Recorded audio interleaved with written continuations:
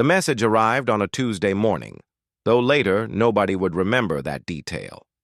What they would remember was the fear in the voices of Earth's military leaders when they played the transmission for the first time. Captain Daniel Harris stood in the briefing room at Earth Defense Command, watching the holographic display flicker to life. Around him sat 24 of the most important people on the planet: generals, admirals, scientists, and politicians. All of them stared at the alien face that appeared before them. The creature was massive, even through the screen. Its skin looked like metal, and scales had somehow merged together. 4 arms extended from a broad torso. Eyes that glowed with an orange light stared out at them. When it spoke, the translation software struggled to keep up with the deep rumbling voice. "I am Vorthak the Magnificent, Supreme Leader of the Galactic Dominion. Your world has been observed. Your species has been evaluated. You will submit to the Dominion or you will be eliminated. You have 1 solar rotation to send representatives to the throne world. They will kneel before me. They will pledge your world's service. There is no negotiation. There is no debate. There is only submission or destruction." The transmission ended. The room fell silent. Admiral Kevin Fletcher spoke first. He was a large man with gray hair and a face that looked like it had been carved from stone. "We have 48 satellites that just went dark. Whatever sent that message disabled them without us even detecting the attack. Our best estimate is that there are at least 20 alien vessels in orbit right now. We never saw them coming." A woman in a dark suit leaned forward. Senator Patricia Morgan had been in government for 30 years. She looked tired. "What are our options?" "We fight or we surrender," Fletcher said bluntly. "Those seem to be the only choices they're giving us." Daniel cleared his throat. All eyes turned to him. He was younger than most people in the room, only 35, but he had commanded the Endeavour for 3 years. The Endeavour was humanity's first deep space vessel, capable of traveling beyond the solar system. It was also their only ship that might survive a trip to alien space. "There might be a third option," Daniel said carefully. "We go meet this supreme leader. We look him in the eye. We figure out what we're really dealing with here." "That's suicide," Fletcher said. "You saw that thing." "It's a monster." "Maybe," Daniel agreed, "but we know nothing about these aliens. We don't know their technology, their culture, or their weaknesses. If we're going to fight them, we need information. And if there's any chance of avoiding a war, we need to try." Senator Morgan nodded slowly. "Captain Harris makes a good point. We should at least send a delegation. Buy ourselves some time to prepare." The debate went on for hours. Some wanted to fight immediately. Others wanted to surrender and hope for mercy. But eventually, the decision was made. Daniel would take the Endeavour to the throne world. He would meet this Vorthak, and he would try to find a way to save Earth. 3 days later, Daniel stood on the bridge of the Endeavour as they prepared for departure. His crew moved around him with practiced efficiency. They were the best Earth had to offer. Commander Lisa Martinez was his second in command. She was sharp, quick-thinking, and had a talent for reading people that Daniel relied on constantly. She stood next to him now, reviewing the flight plan. "We're jumping blind, sir," she said quietly. "We have the coordinates they sent us, but we have no idea what we're flying into." "I know," Daniel said. "But that's why we're doing this. Someone has to go first." At the science station, Dr. Ryan Cooper was running diagnostics on every sensor the ship had. Ryan was young, barely 30, with messy brown hair and a habit of talking to himself while he worked. He was also the smartest person Daniel had ever met. "Captain, I've been analyzing that transmission," Ryan called out. "There's something odd about their biology. The way that creature moved, the structure of its vocal cords, everything suggests it produces some kind of chemical signal. Pheromones, maybe." "What kind of pheromones?" Daniel asked. "Fear-based, if I had to guess. It would explain how they control so many different species. They literally make other beings afraid just by being near them. Lisa frowned. Can we defend against that? I'm working on it, Ryan said. Give me a few days during the flight. I think I can create filters that will block most chemical signals. At the security station, Lieutenant Amy Brooks was checking weapons systems. Amy was tall and athletic, with short blonde hair and eyes that missed nothing. She had been a Marine before joining the space program, and she still carried herself like one. Sir, we're outgunned by a factor of about 1,000 to 1, she reported. If this goes bad, we won't last 10 minutes. Then we better make sure it doesn't go bad, Daniel said with a slight smile. The Endeavour launched 6 hours later. 12 alien warships appeared seemingly from nowhere to escort them. Daniel watched them on the view screen. Each one was 5 times the size of the Endeavour. Their hulls were dark and covered in what looked like weapons ports. They're not taking any chances, Lisa murmured. Would you? Daniel replied. The journey took 9 days.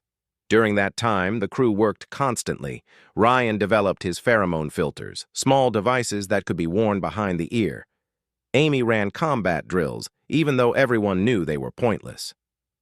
Lisa studied every piece of information they could gather about the Dominion.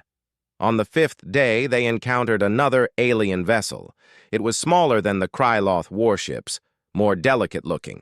The translation came through quickly. Human vessel, this is cargo ship Velcor 9. We mean no harm. We serve the Dominion. Daniel opened a channel. This is Captain Harris of the Endeavour. We're heading to the throne world. There was a long pause. Then, to meet the Supreme Leader? You go to your death, humans. Turn back while you can.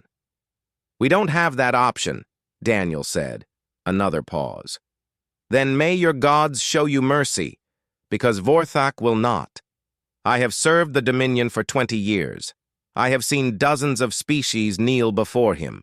Those who resisted were destroyed. Those who hesitated were tortured.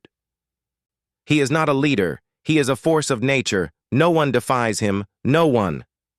The channel closed. The Velcor ship accelerated away as if afraid to be near them any longer. That night, Daniel couldn't sleep. He stood in his quarters, looking out at the stars. They were so far from Earth now, so far from everything familiar, and they were flying toward something that terrified an entire galaxy. Lisa found him there an hour later.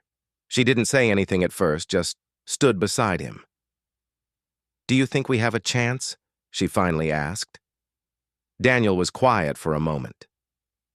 I think fear is a weapon, and like any weapon, it only will. The corridors of the fortress were designed to break spirits. Daniel understood that within the first 100 steps. Everything was too large, too dark, too cold. The ceiling stretched up into shadows that their lights couldn't reach. The walls were covered in carvings that showed battles and conquests, all ending the same way, with Vorthak standing over defeated enemies. The Kryloth guards led them deeper into the structure. There were 6 guards, each one nearly 3 meters tall. Their biometallic scales clicked softly as they moved. They never spoke, never looked back, just walked with the confidence of beings who had never known defeat.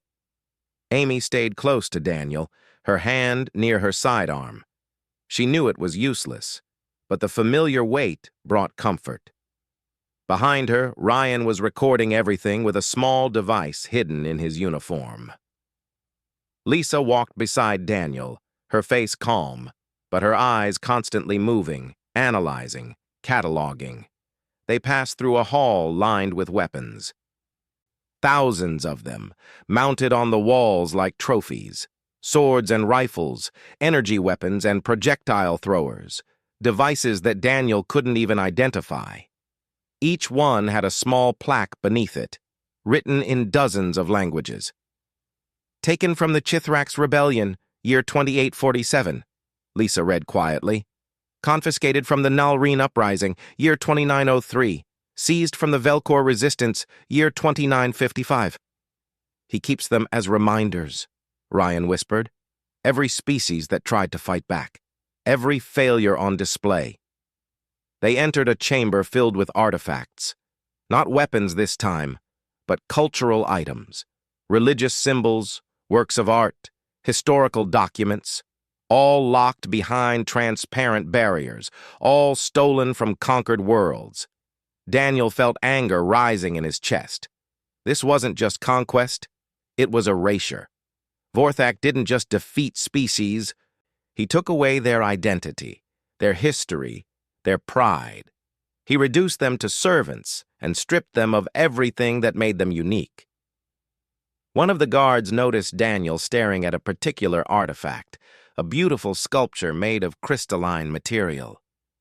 The guard spoke for the first time, its voice harsh through the translator. That belonged to the Prithani. They claimed it was sacred, claimed it could never be moved from their temple world. The Supreme Leader moved it. The Prithani objected. There are no more Prithani. The guard said it casually, like mentioning the weather. Daniel's hands clenched into fists. Lisa put a gentle hand on his arm. "Stay focused," she murmured. "We need to get through this." They continued walking.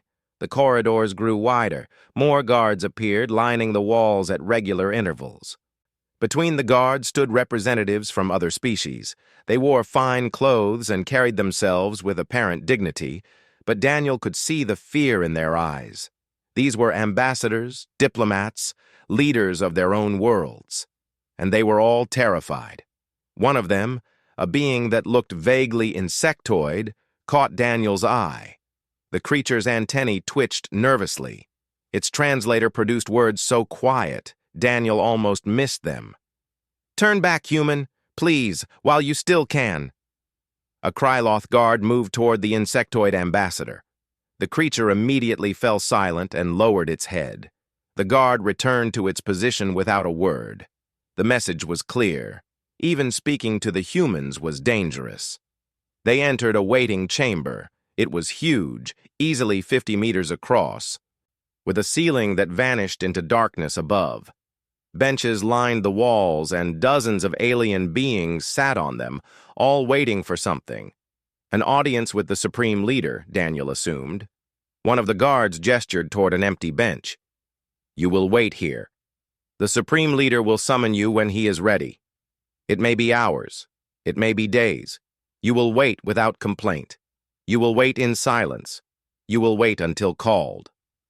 The guards left, though Daniel noticed several remained visible at the exits. They were prisoners here, even if no one said it directly.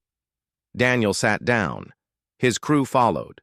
Around them, the other beings waiting in the chamber watched with a mixture of curiosity and pity. "Ryan, are those filters working?" Daniel asked quietly. Ryan touched the small device behind his ear. "So far, yes. I'm detecting trace amounts of the fear pheromones in the air, but the filters are blocking them.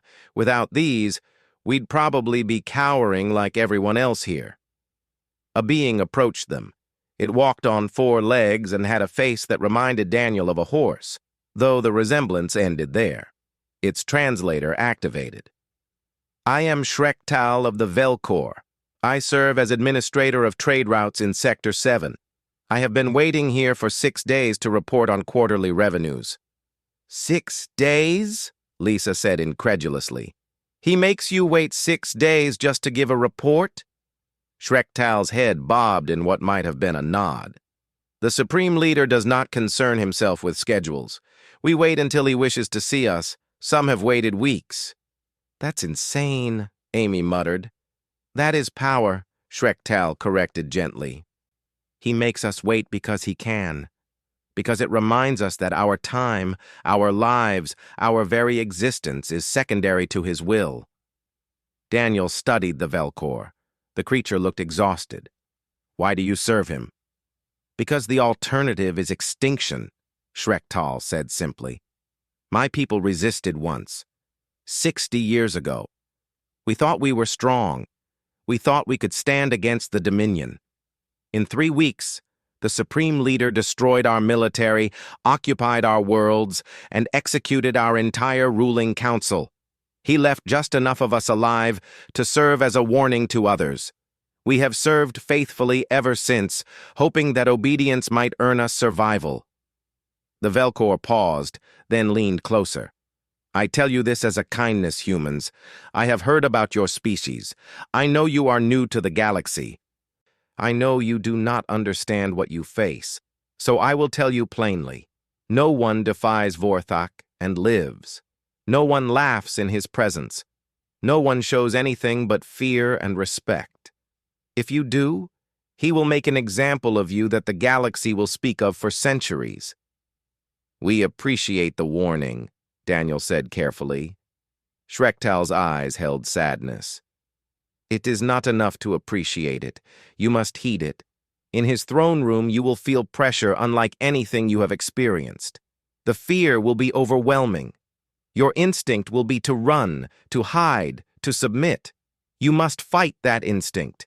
You must kneel. You must pledge your loyalty. It is the only way your species survives." The Velcor walked away, returning to its bench to resume waiting. Amy leaned toward Daniel. That was cheerful. "At least we know what to expect," Lisa said. "Do we?" Ryan asked nervously. "Chemical fear responses are one thing. But what if there's more? What if he has weapons we can't even imagine? What if the pheromones are just the beginning?" "Then we deal with it," Daniel said firmly. "We came here to learn about our enemy. Every minute in this place teaches us something. Look around. Really look." The crew did. After a moment, Lisa nodded. "The guards are heavily armed, but they're not wearing full combat gear. The security is tight, but not paranoid. The other species here are afraid, but they're not starving or beaten. This is oppression through fear, not through constant violence." "Exactly," Daniel said. "Vorthak rules by making people believe he's unstoppable. But belief can be broken. Fear can be overcome." "Easier said than done," Amy pointed out. "Most worthwhile things are," Daniel replied. They waited for hours. During that time, several groups were called before them. Each time, beings would stand nervously when a guard appeared, then file out of the chamber. Most returned within an hour, looking even more frightened than before. A few didn't return at all. Daniel used the time to observe and think. He watched how the guards moved, how they communicated with each other through subtle gestures. He noted the patterns in the architecture, the placement of security systems, the flow of foot traffic through the corridors. Ryan continued scanning, collecting data on everything from air composition to energy signatures.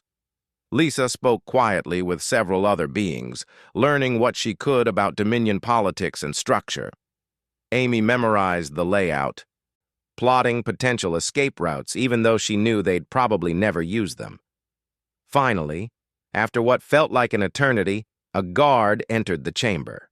It was larger than the others, with more elaborate armor and additional markings on its scales. "Humans. The Supreme Leader will see you now. You will follow. You will not speak unless spoken to. You will show proper respect. Any deviation will be met with immediate punishment." They stood. Daniel straightened his uniform. His crew did the same. Whatever happened next would determine the fate of Earth and possibly the future of human space exploration. The throne room was designed to crush hope.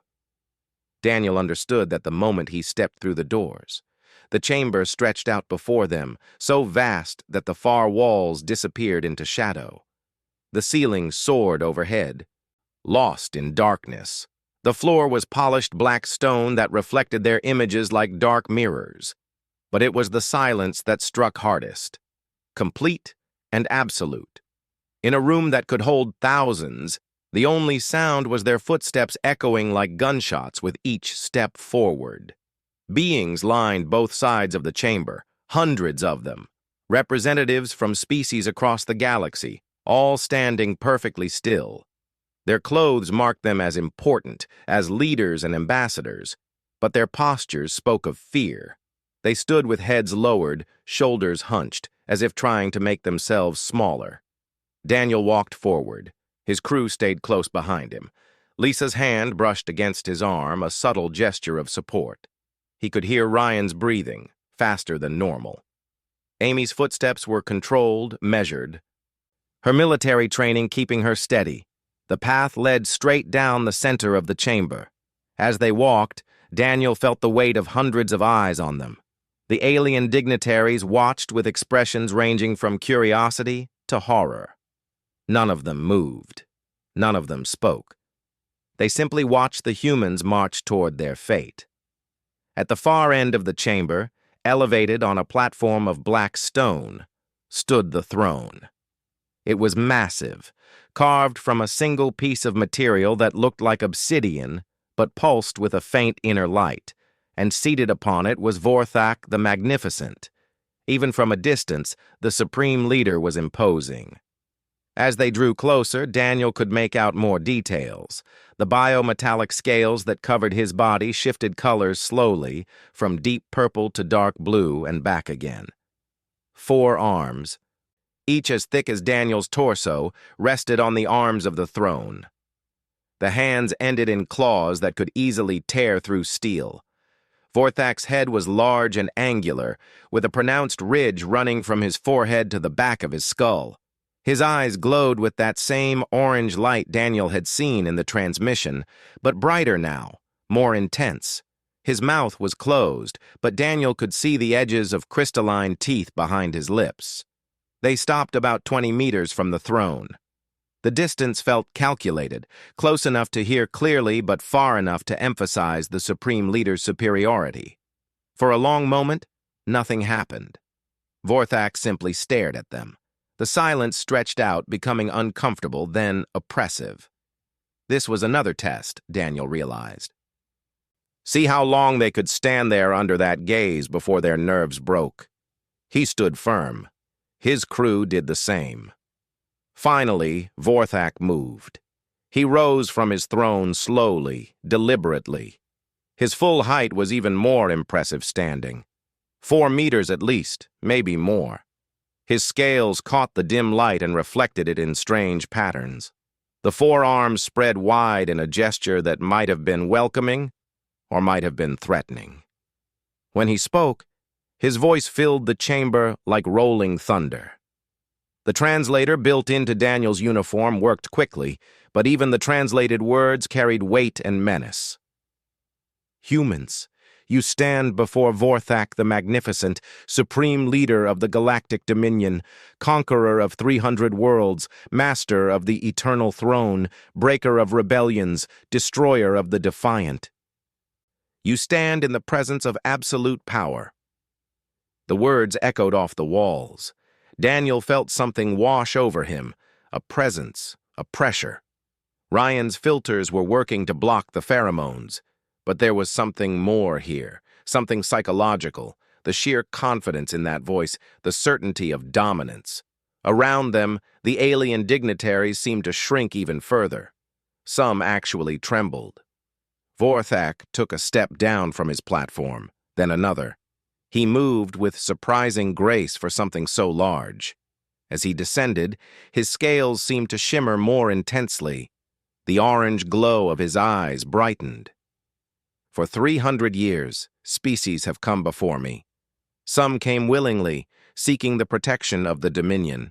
Others came in chains, conquered and defeated. But all came knowing their place.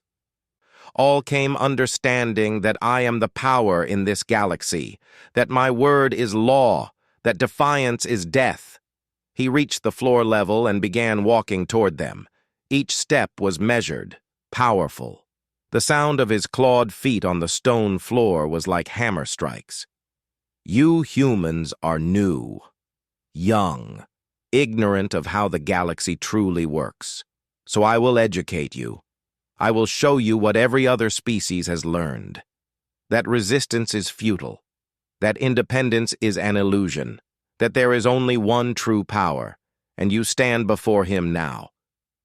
Vorthak stopped just 10 meters away.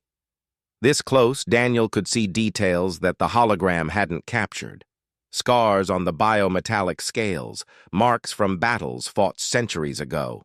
The way the muscles moved beneath the surface, the intelligence in those glowing eyes. "You will kneel," Vorthak said, his voice dropping to something that was almost intimate, almost gentle, and somehow more terrifying for it. "You will place your hands on the ground. You will lower your heads. And you will speak the words of submission. You will pledge that Earth belongs to the Dominion, that humanity serves at my pleasure, that your ships, your weapons, your resources, your very lives are mine to command." The pressure in the room increased. Daniel could feel it now, despite Ryan's filters. It wasn't just pheromones.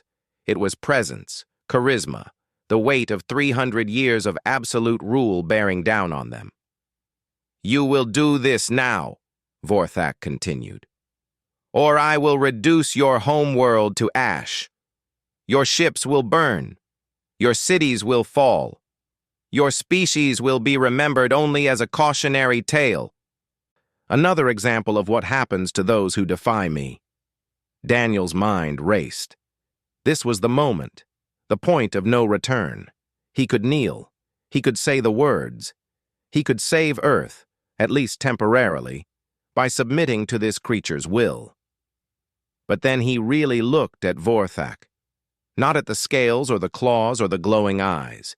He looked at the shape, the proportions, the way the creature moved. And something clicked in his mind. It was Lisa who noticed it first. He heard her breath catch, a tiny sound, barely audible. Then he felt her shoulder shaking slightly next to him. Amy saw it next. Her military composure cracked just for a second. A tiny snort escaped before she could stop it. Ryan made a sound that he tried desperately to turn into a cough but failed, because now that they really looked at him, now that the fear and intimidation were pushed aside by Ryan's filters and their own stubbornness, they could see it clearly. Vorthak the Magnificent, supreme leader of the Galactic Dominion, conqueror of 300 worlds, looked remarkably like a character from an old Earth children's show. Not exactly the same, of course. The scales were different, the colors were more muted, and Vorthak was significantly more intimidating. But the basic shape, the proportions, the way he moved with that slight waddle due to his species' hip structure, it was all unmistakably similar to a purple dinosaur that had taught Earth children about sharing and friendship for decades. Once you saw it, you couldn't unsee it. Daniel felt his lips twitch. He bit the inside of his cheek, hard. This was not the time. This was absolutely not the time. They were standing before a being who had destroyed civilizations, who had ruled for 3 centuries, who could end humanity with a word. But the resemblance was just so striking. Vorthak noticed the change in their demeanor. His eyes narrowed. "What is the meaning of this?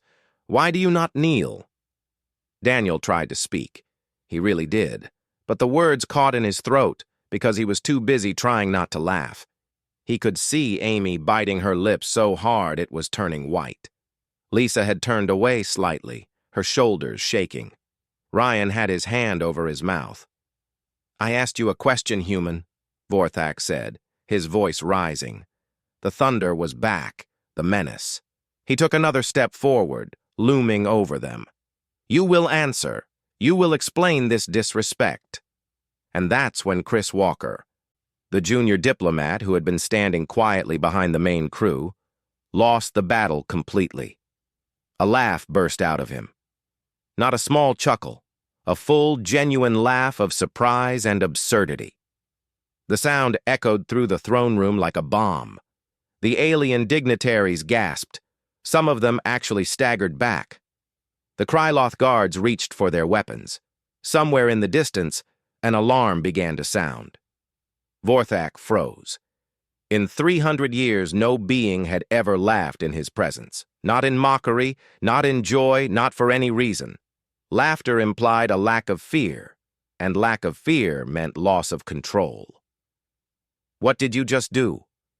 Vorthak's voice was barely a whisper now, but it carried more menace than all his previous thunder. "What was that sound? Vorthak's roar shook dust from the high ceiling. His scales flared bright purple, a color that Daniel's brain registered as a threat display. The Supreme Leader's 4 arms spread wide, claws extended, and for a moment Daniel thought this was it. They were about to be torn apart. "Guards, seize them! I want them executed immediately! Not in private, not later, here and now in front of everyone!" The Kryloth guards rushed forward, weapons drawn. Each carried energy rifles that hummed with barely contained power. But before they could reach the humans, something unexpected happened. A sound came from the crowd of alien dignitaries, small at first, barely noticeable, a chittering noise. Daniel's translator identified it as laughter, Chithrak's laughter. One of the insectoid beings, the same species whose artifacts Daniel had seen in the trophy room, was laughing.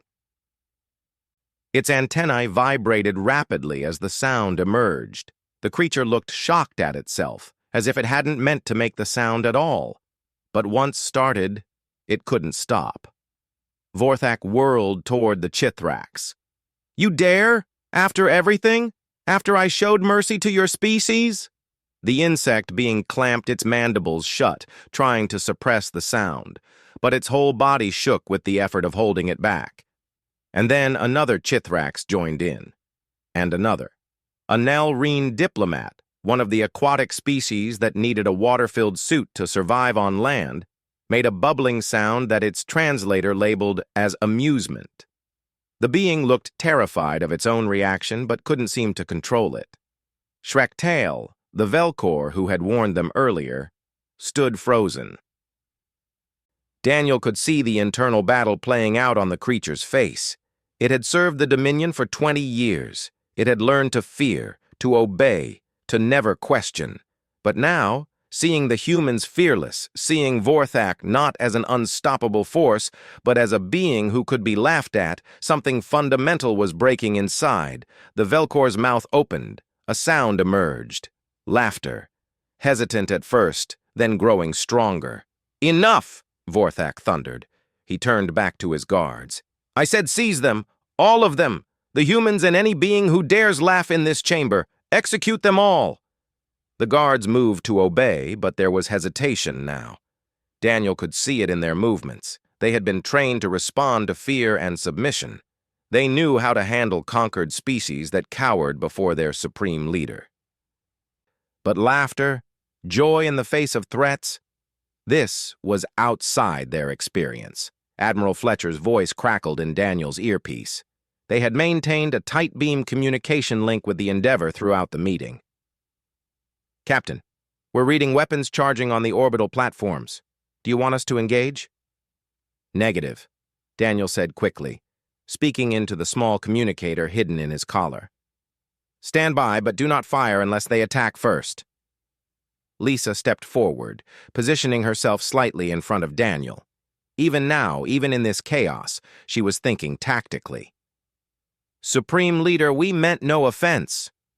"No offense?" Vorthak's voice was incredulous. "You laugh at me in my own throne room. You mock 300 years of rule. You disrespect the power that has conquered the galaxy." "We're not mocking your power," Daniel said, finally getting his laughter under control. "We're just reacting to an unexpected similarity between your appearance and something from our culture." "Similarity?" Vorthak took a step closer. "What similarity? Explain yourself, human, before I lose what little patience I have remaining." Daniel glanced at Lisa. She gave the smallest shake of her head. A clear message. Don't tell him. It would only make things worse. But Ryan, still struggling with nervous laughter, blurted out, "You look like Barney." The entire room fell silent. Every being, human and alien alike, stared at Ryan. "What is Barney?" Vorthak demanded. Ryan paled. It's a children's entertainment character from Earth. A purple dinosaur who taught children about friendship and sharing and, loving one another." The silence stretched out for a heartbeat. 2, 3. Then the Chithraks, who had laughed first, completely lost control. The creature collapsed to its knees, chittering so hard its entire exoskeleton shook. The sound was contagious. More beings joined in. A Narration, 3 Velcors, even some species Daniel didn't recognize. Vorthak stared at Ryan with an expression that might have been confusion, rage, or both. You compare me to a creature that teaches children? About friendship? I didn't mean to, Ryan said quickly. The proportions are similar, and the way you move, and I'm really sorry, but now that I've said it, I can't unsee it, and oh no, I shouldn't have said that last part. Amy had tears streaming down her face from laughing so hard. Chris Walker had actually sat down on the floor, overcome. Lisa was still trying to maintain composure, but even she had a smile she couldn't quite suppress. And Daniel realized something important. The beings who were laughing weren't mocking Vorthak. They were experiencing something they hadn't felt in years, maybe decades: freedom from fear, release from constant tension, the simple human act of finding something absurd and laughing about it. For 300 years, these species had lived under Vorthak's rule. They had bowed and submitted and forgotten what it felt like to express genuine emotion without permission. The humans, by refusing to be afraid, had reminded them. One of the Kryloth guards lowered its weapon slightly. Then another. They looked at each other uncertain. They had been trained to crush resistance, not to deal with beings who simply didn't take their leader seriously. Vorthak saw it. The greatest conqueror in the galaxy, the being who had never known defeat, watched as his power began to crumble, not because of weapons or strategy, because of laughter. I will destroy your world, he said to Daniel. But the thunder was gone from his voice. It sounded almost pleading. I will burn your cities. I will make your species extinct. Do you understand? I have that power. Maybe you do, Daniel said. He had gotten control of himself now. His voice was calm, reasonable. But here's the thing about power based on fear. Once people stop being afraid, the power disappears. Look around you, Supreme Leader. These beings aren't your loyal subjects anymore. They're people who suddenly remember they don't have to be terrified every second of every day. I can make them afraid again, Vorthak insisted, but he sounded less certain now. Can you? Lisa asked. She had moved to stand beside Daniel. How many worlds have you conquered? 300? And how many rebellions have you crushed? How much energy does it take to keep entire civilizations in line through fear alone? What happens when they realize you're not unstoppable, that you're just another being, one who happens to have a lot of weapons and a talent for intimidation? A new voice spoke from the crowd. It was Shrektal. The Velcor stepped forward, still trembling but determined. She is right. We have served you for 60 years, Supreme Leader. Every day we lived in fear, fear of punishment, fear of execution, fear of doing something wrong and bringing your wrath upon us. But I realize now that we were wrong. You are powerful, yes. You have weapons and ships and armies, but you are not invincible. You are not unstoppable. You are just a being who learned how to make others afraid. I will have you executed for those words, Vorthak said. Perhaps, Shrektal agreed, but others will hear what I said, and they will think about it, and eventually someone will act on it. The humans have shown us that defiance is possible, that there is life beyond fear. You cannot execute everyone who learns that lesson. The Endeavor broke orbit from Krathnor 3 hours after the throne room incident. Daniel stood on the bridge, watching the fortress world shrink behind them. Their Kryloth escort was gone. Either Vorthak had recalled them, or they had decided on their own that escorting humans was no longer a priority. Sir, I'm picking up unusual communications traffic throughout Dominion space, Ryan reported from his station. It's encrypted, but the volume is unprecedented. Every major world is talking to every other major world. Something is happening. The word is spreading, Lisa said. She was monitoring news feeds and official channels. Reports of what happened in the throne room are already on a dozen worlds. Most are calling it a rumor, but some are treating it as fact. Amy checked weapons status for the third time in 10 minutes. Old habits. Do you think he'll actually attack Earth? I don't know, Daniel admitted. He threatened it, but I suspect he has bigger problems now. The Dominion is built on fear. We just proved that fear can be broken. Every species under his rule is going to be thinking about that. Admiral Fletcher's face appeared on the main screen, transmitting from Earth. Captain, you've created quite a situation here. Half the governments on Earth want to give you a medal. The other half want to court-martial you for endangering the planet. What do you think we should do, sir? Fletcher was quiet for a moment. I think you should get home as fast as possible, because I suspect things are going to move very quickly, and Earth needs to be ready. He was right. Things moved faster than anyone expected. The first rebellion began on Chithrax Prime, 2 days after the throne room incident. The insectoid beings had been conquered 70 years earlier. For 7 decades they had served the Dominion faithfully, terrorized into submission. But the memory of their ambassador laughing in Vorthak's face spread through their worlds like fire. They didn't attack Dominion forces directly. Instead, they simply stopped cooperating. Factories that produced components for Dominion ships went idle. Trade routes managed by Chithrax navigators were suddenly empty. When Kryloth administrators demanded explanations, the Chithrax replied with polite but firm refusals. Vorthak ordered a military response. His ships arrived at Chithrax Prime ready to enforce compliance through violence. But then something unexpected happened. The Narration, whose worlds provided food supplies for Dominion forces, announced they were ceasing all shipments until the Chithrax situation was resolved peacefully. Then the Velkhors, who controlled major communication networks, experienced widespread technical difficulties that made it nearly impossible for Dominion commanders to coordinate their forces. The rebellion wasn't violent. It was subtle, coordinated, and absolutely devastating to Dominion operations. Species that had been conquered at different times, that had never worked together before, were suddenly acting in concert. And at the center of it all was a simple message spreading through underground channels. The humans refused to kneel, and the galaxy didn't end. By the time the Endeavor reached Earth, 3 weeks after leaving Krathnor, 12 species had declared independence from the Dominion. Vorthak had sent fleets to crush each rebellion, but coordination was breaking down. Supply lines were disrupted. Communications were unreliable, and most critically, the Kryloth guards and soldiers who had enforced Dominion rule for centuries were beginning to question their purpose.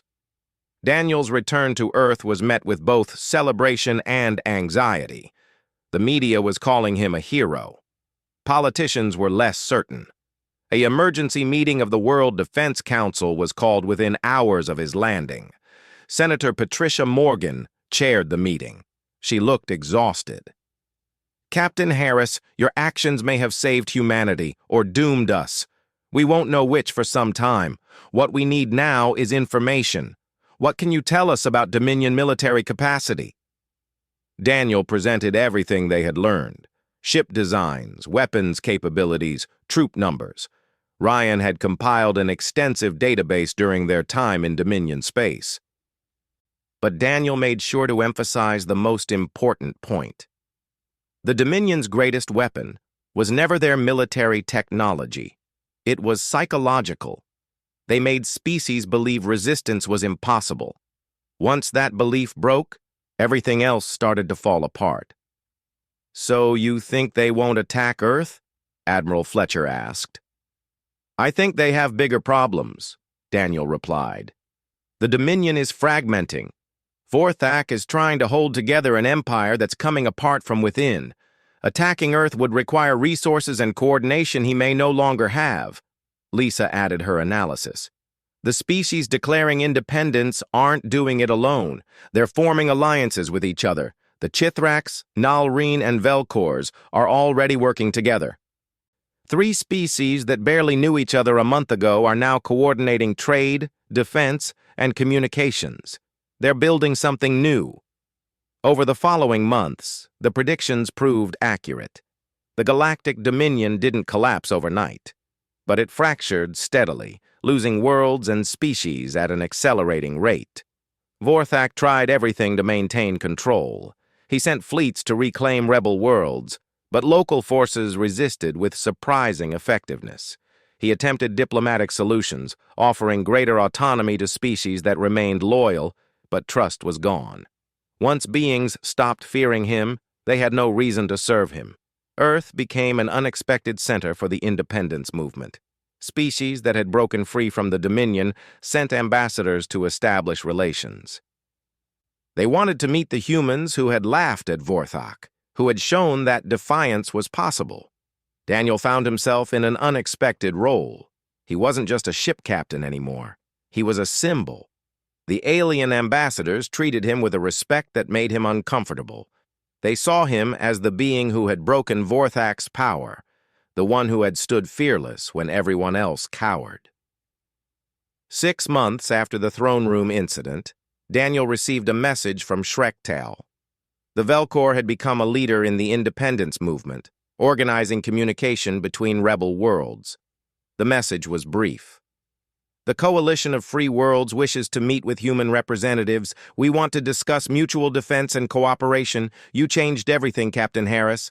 Help us build what comes next. Earth agreed to send a delegation. Daniel led it, of course, but this time he wasn't alone. Representatives from a dozen human governments joined him, along with diplomats, scientists, and military advisors. They traveled to Chithrax Prime, which had become the unofficial capital of the Free Worlds.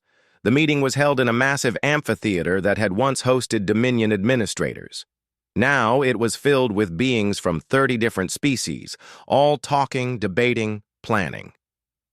Daniel walked through the crowd with Lisa at his side. "This is incredible," she murmured. "A month ago, most of these species barely interacted. Now they're building a coalition." "Built on what?" Daniel asked. "We broke the Dominion, but what replaces it?" Shrektal approached them. The Velcor looked different than he had on Krathnor, stronger, more confident. "Captain Harris, thank you for coming. Your presence means a great deal to everyone here." "I'm not sure I deserve the credit," Daniel said honestly. "We just reacted honestly to an absurd situation." "You did more than that. You showed us that power based on fear is fragile, that independence is possible, that we don't have to live in constant terror." Shrektal gestured at the gathered beings. "Every species here has a different culture, different needs, different priorities, but we all share one thing, the desire to be free. The humans gave us hope that freedom was achievable." The conference lasted for 3 weeks. It was chaotic, frustrating, and hopeful all at once. Species that had been enemies under Dominion rule learned to work together. Trade agreements were negotiated, defense pacts were signed, a framework for cooperation emerged. Not an empire, but a voluntary alliance of free worlds. Earth joined the alliance, not as leaders, despite the expectations of some, as equal partners, learning from species that had been traveling the stars for centuries while sharing what humanity could offer. News of Vorthak came occasionally. He had retreated to Krathnor with the Kreloth military forces that remained loyal. About 60 worlds still recognized Dominion authority, mostly out of fear of reprisals or lack of alternatives. But the empire that had once controlled 300 worlds was a shadow of itself. Some reports said Vorthak was planning a military campaign to reclaim lost territory. Others claimed he had become a recluse, rarely leaving his throne room. A few rumors suggested the Kreloth people themselves were debating whether to remove him from power. Amy found those reports particularly interesting. "You think they'll actually do it? Overthrow their own supreme leader?" "Why not?" Lisa replied. "Everyone else stopped being afraid of him. Why should the Kreloth be any different?" A year after the throne room incident, Vorthak abdicated. The announcement came suddenly, transmitted on open channels. The supreme leader who had ruled for 300 years simply stepped down. He didn't explain. He didn't justify. He just ended his reign and disappeared from public view.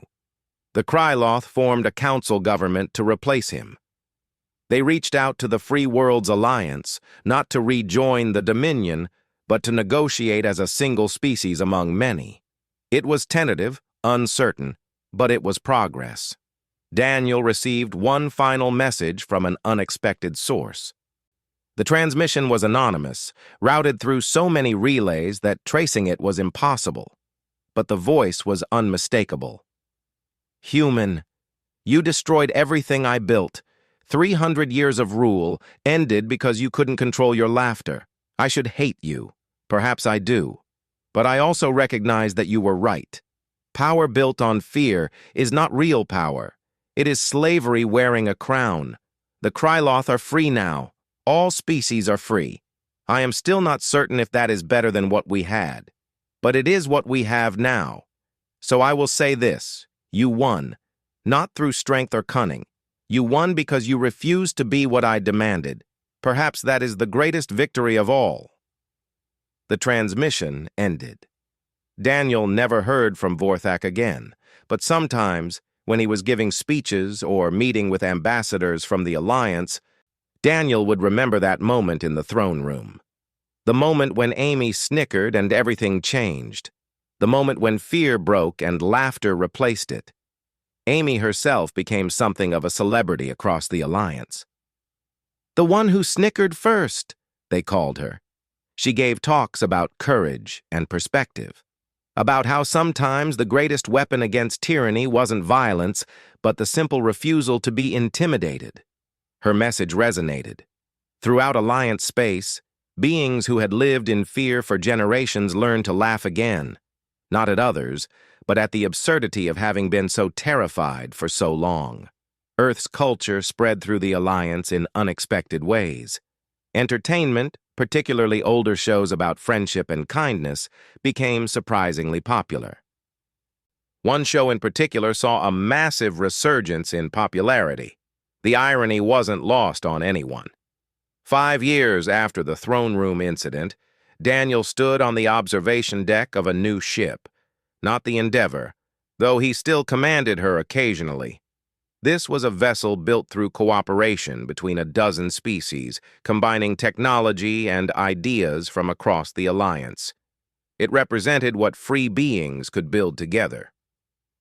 Lisa joined him at the viewport. She had been promoted to captain of her own vessel, but they still worked together often. "Thinking about Vorthak?" "Sometimes," Daniel admitted. "I wonder what he's doing now. If he's still alive, if he understands what happened. Does it matter?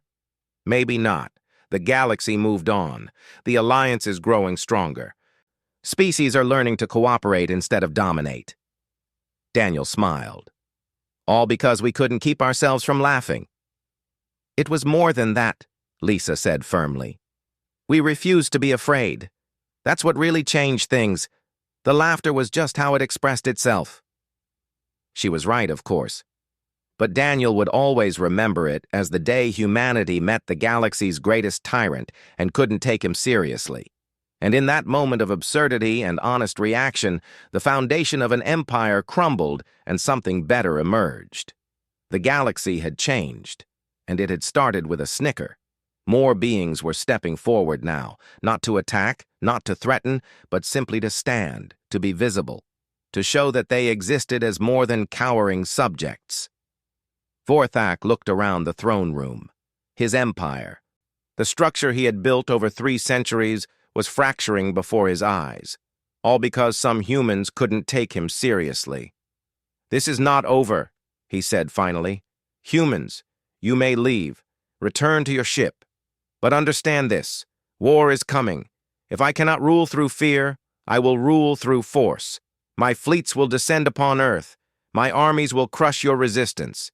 You will learn that there are worse things than fear." Maybe. Daniel said quietly. "But at least we'll be standing when we face them, not kneeling." The humans turned and walked toward the exit. The guards didn't stop them. The alien dignitaries watched them go with expressions of shock, hope, and fear. As they reached the massive doors, Daniel heard Vorthak's voice one more time. "You have doomed your species, human. I hope your pride was worth it." Daniel didn't turn around. Pride had nothing to do with it. We just refuse to be scared of someone who looks like Barney. Behind them, fresh laughter erupted, and this time, Vorthak didn't try to stop it, because he knew deep down that he couldn't. The spell was broken, the fear was gone, and with it, 300 years of absolute rule began to crumble. Daniel knew he should apologize, should beg forgiveness, should do whatever it took to defuse the situation. But Amy started laughing too, and then Lisa, and then Ryan let out a giggle that he immediately tried to suppress but couldn't. And Daniel, decorated officer, Earth's chosen representative, the man who was supposed to save humanity, felt his own control slip. He tried to hold it back, he really did. But the absurdity of the situation, the release of tension, the sheer unlikeliness of this moment, it all hit him at once. He laughed, not cruelly, not mockingly, but genuinely, helplessly, the way someone laughs when they see something so unexpected that their brain short-circuits.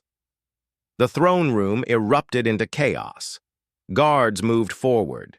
Dignitaries shouted in alarm. Vorthak roared, a sound of pure rage that shook the walls. But the humans kept laughing, because once started, they couldn't stop. And in that moment, the spell was broken.